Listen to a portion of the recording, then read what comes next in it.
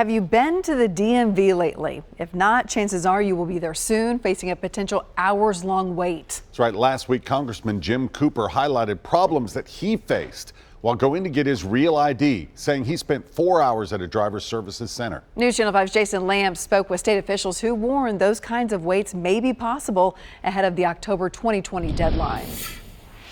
The state says it's asking for your patience as hundreds of thousands of Tennesseans make their way to driver services centers like this one over the next year to get their real ID. In some cases, turning over the exact same identifying documents they did to get their original driver's license years before, and in some cases, waiting 2 hours or longer.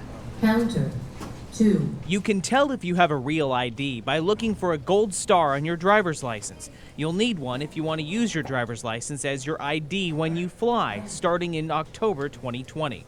State officials urge get your real ID now. Don't procrastinate. But they anticipate millions walking through their doors, many putting off the dreaded trip to the DMV. Would you be surprised to hear about a 2 or 3 or 4 hour wait? You know, it's strictly based on what the volume is.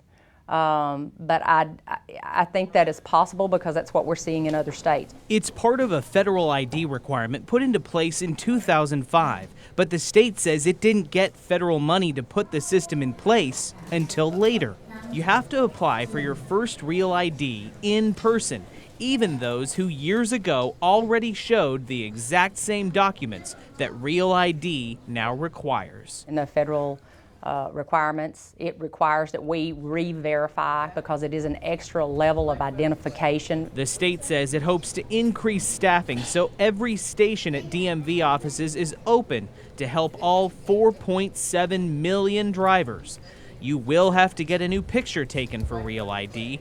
With a smile, the state hopes won't be a forced one. We want to do everything that we can to make it as easy for them as we can. Jason Lamb, News Channel 5. It is important to note here, you won't need a real ID to drive, and you do not need one to vote.